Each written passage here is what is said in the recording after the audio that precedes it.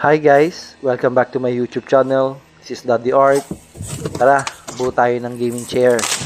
Meron kami kasing mga gaming chair dito sa warehouse na nasira na yung box. So, bubuin para i-display sa shop namin, sa computer shop. Tara, buuin natin.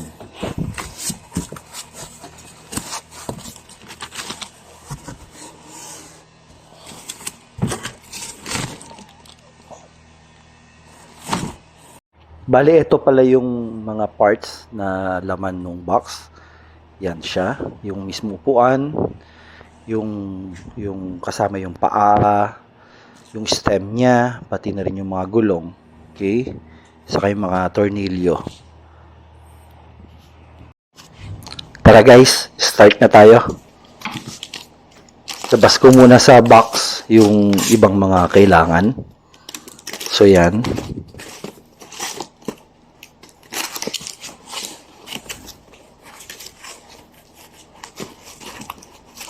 Ito yung parts na ikakabit doon sa may paa niya na paglalagyan ng gulong. Parang pang-decorate lang naman to.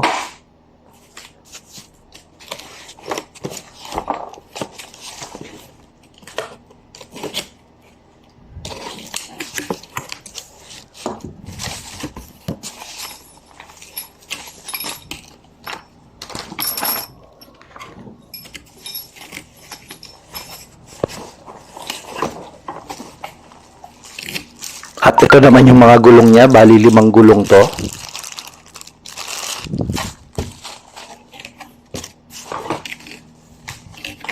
Okay, ito naman yung pang-cover niya doon sa gilid. Kapag nakabit ko na yung sandalan ng upuan. Yung mismong tornilyuhan. At ito naman yung hydraulic stem niya. Yan yung nakapagtaas at baba ng gaming chair.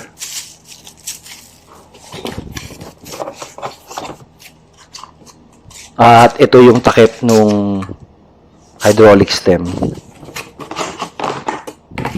At yan naman yung pang-adjust doon sa baba na ng upuan. Okay, ito rin. Ito naman sa isang box na to, ito yung mechanism nung gaming chair. Yan.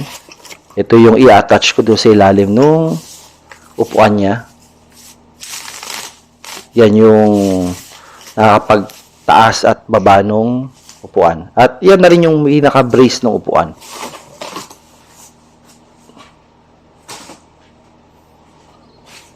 Yan. At nire-ready ko na.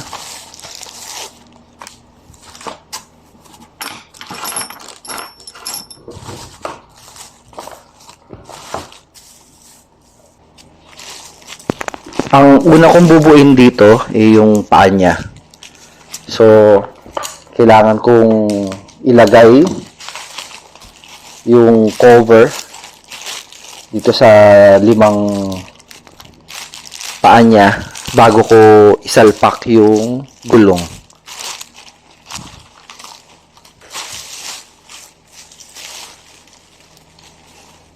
Yan, tanggalin ko muna yung mga plastic. Pero, pagkabit ko nung parang decoration, babalik ko rin naman yung mga plastic na yan kasi nga, syempre, i-display kasi ito doon sa shop.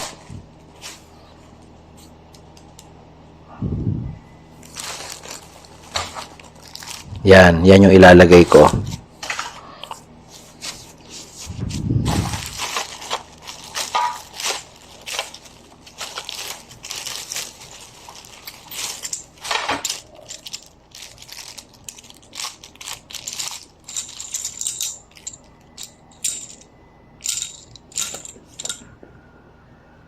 Ito yung mga ibang parts na kailangan. Yan. Sasalpak ko muna yung maliit na parts yan dito.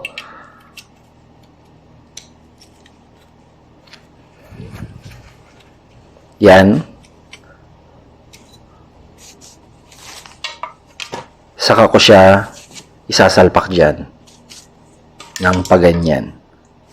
Ikiklip lang naman. Yan, nilagay ko na.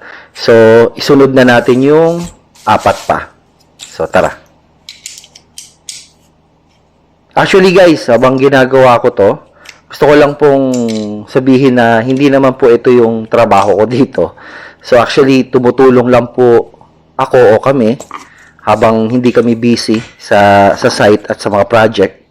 At yung workshop kasi namin, dito rin mismo sa may warehouse. Merong part ng warehouse namin na nandito may isa kaming kwarto na dito nakatayo yung workshop namin. So, pag walang trabaho, walang project, or wala ako sa site, wala sa project, dito ako tumatambay. Dito kami tumatambay. So, tumutulong-tulong na rin.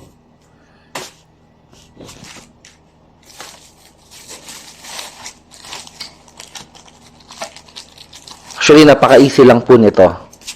Itong pag-assemble ng gaming share.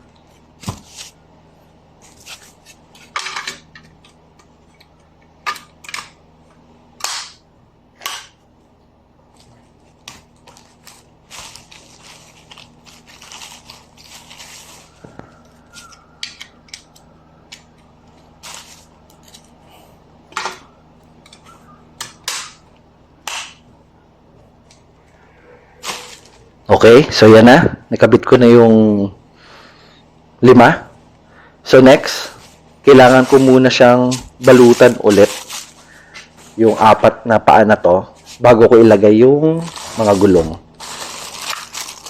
So ito yung 5 gulong.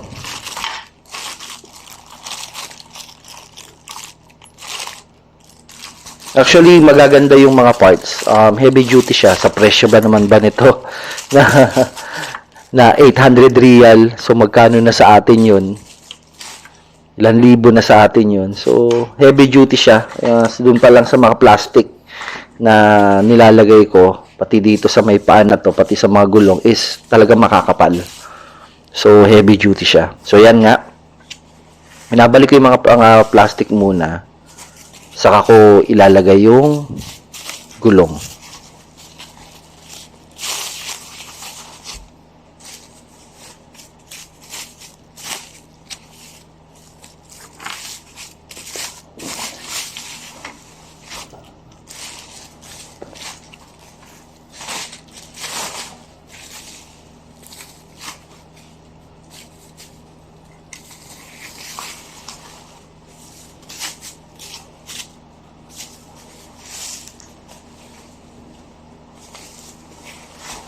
Yan, nabalik ko na yung mga plastic. And then, yan. Hinuha ko muna yung isang screwdriver, binutas ko yung plastic, baka ko nilagay yung gulong. Actually, pwede ko na naman na i-diretso yun. Bakit ba kinuha ko pa yung screwdriver at binubutasan ko? Pero okay lang, at least para may click ko kaagad.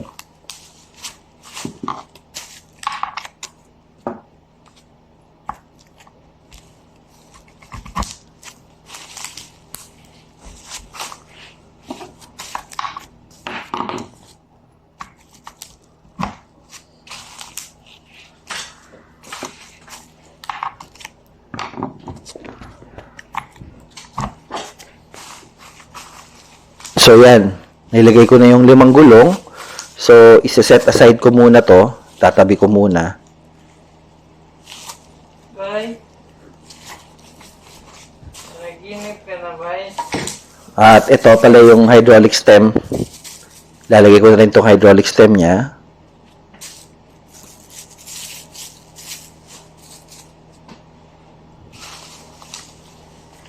Yan. So, dyan, lagay ko siya. And then, yung parang cover niya para hindi naman makita yung mismong bakal. Yan. Nahulog pa. Yan. So, lagay ko muna siya dyan. So, set aside muna natin para kabit yung mechanism doon sa ilalim ng mismong upuan.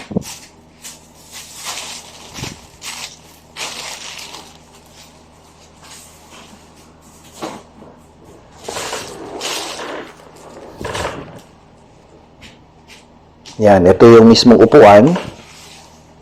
Yan, yan siya.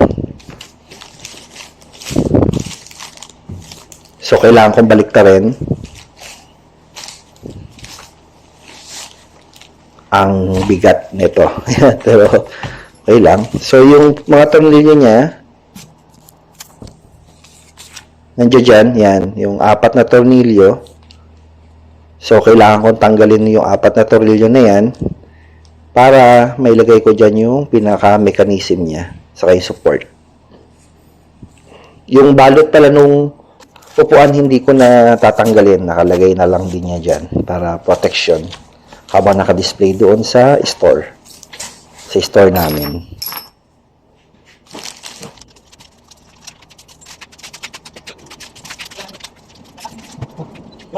Yan. So, pagtanggal ko ng 4 na tornilyo,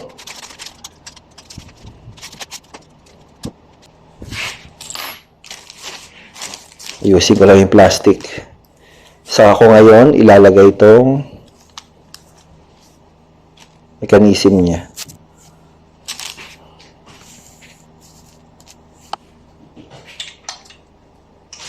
Yan. Dyan.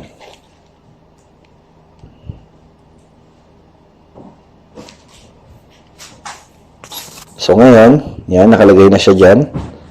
Sinukat ko na. So, diretso na.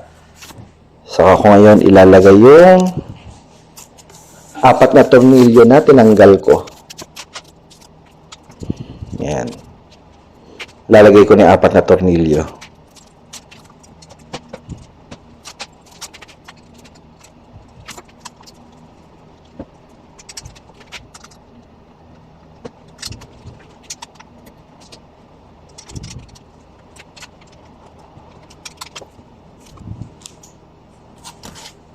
Yan, nakalagay na. Ayan siya.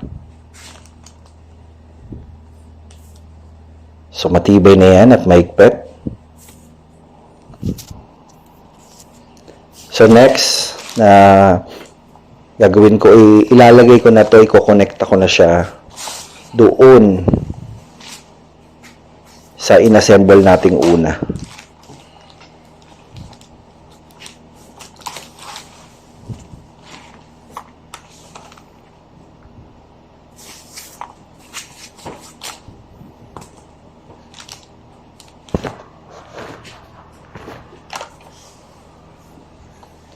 Yan pala yung tatak niya.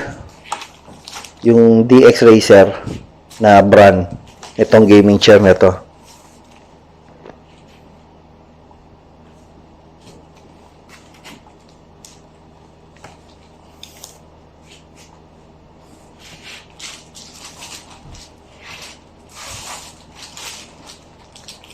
So, yan yung sandalan. Yan. Ito yung sandalan na i-attach ko dyan mamaya. At ito yung mga tornilyo niya. Yan, kabila. Kompleto yan, magkabilaan. So, tanggalin ko muna yung mga tornilyo. I-ready na natin. Para pag nilagay ko yung mismong upuan niya doon sa may paa, ilalagay ko na rin tong sandalan.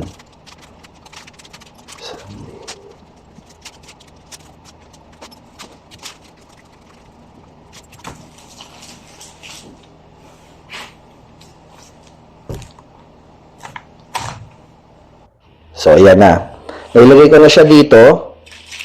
Ayan. Okay, nailagay ko na siya sa paa niya, doon sa stem, sa hydraulic stem. Na, ngayon, ang gagawin ko ngayon is ilalagay ko yung mismong sandalan niya.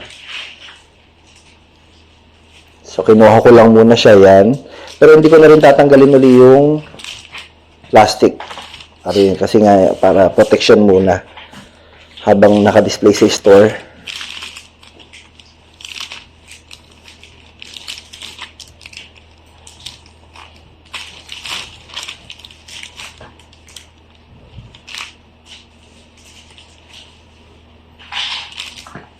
Yan.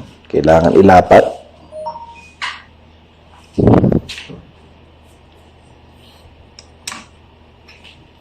Ginagawa ko kasi yung mahirap hanapin yung butas. So, pag nahanap ko isang butas, nilalagyan ko muna ng Allen wrench nilulusot ko para at least hindi na siya gumalaw. Yung dalawa, saka ko ngayon ilalagay yung Allen screw.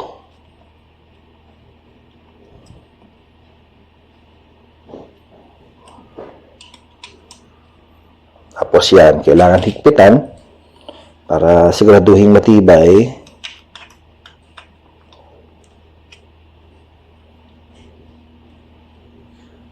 Alam nyo, guys, nawiwili ako dito sa warehouse na magbuo ng mga ganito. Kasi nga, wala lang, parang natutuwa ako doon sa mga produkto na dinidisplay namin doon sa computer shop namin. Yung sa InfiniArt, yung kung makikita nyo doon sa nakaraang mga vlog ko, yung store namin dito sa Saudi Arabia.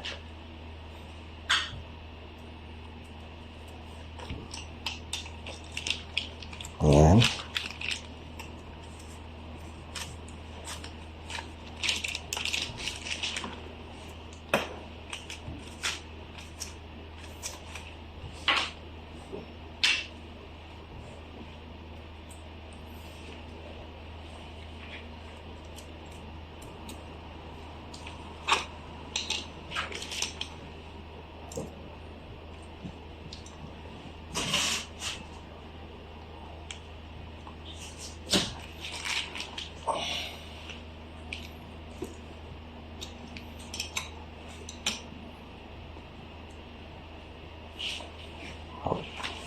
Okay, so yan, nilagay ko na yung dalawang screw. So, kailangan ko na higpitan.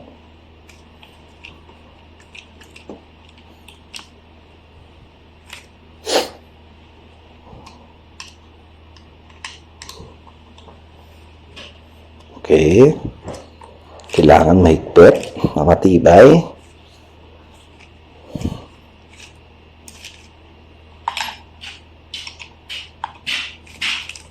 Ayun, dumaan si Ryan. Yun yung isang kasamahan ko. Kung makikita nyo doon sa mga ibang vlog ko, nakasama ko yan si Ryan. So, ito na. Ito yung cover. Itong gilid na to. Yung dalawang gilid. Para matakpan yung mga screw. Saka yung connections niya.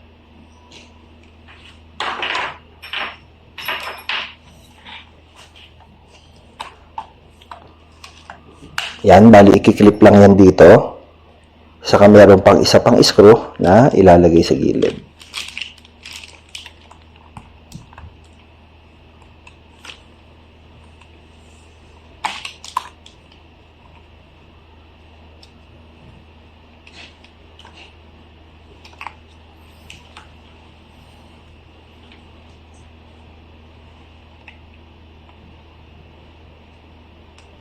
Yan. So, nilagay ko yung parang takip nung pinag-iskruhan. So, kabila naman.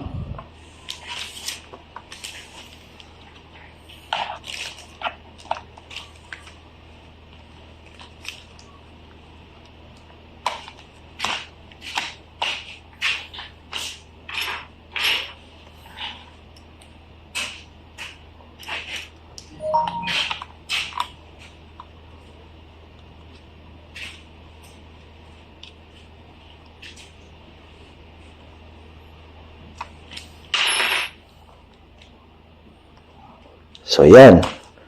Wala. Nabuo ko na siya. At, ito pa pala. Nakalimutan ko. Kailangan palang ilagay ito. Yung dalawang pang-adjust ng upuan. Yung pang-taas, saka pang-baba, saka yung pang-adjust kung gusto mo ng i-atras sa bante yung upuan. Yan, medyo nahirapan pa akong ilagay yung isilip ko kasi meron tong guide na kailangan isalpak para pumasok. Yan. So, nilagay ko na yung isa. So, yung kabila naman. So, hinahanap ko na yung guide para at least salpakan na lang.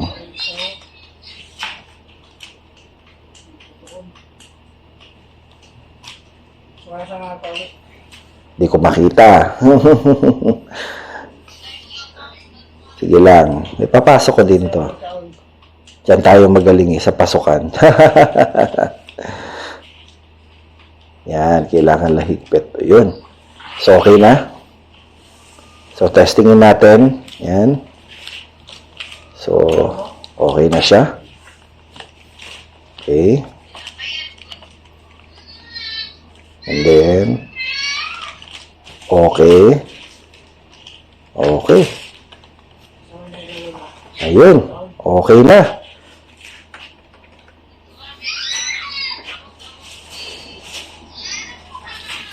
At ito pala yung mga unan na kasama niya.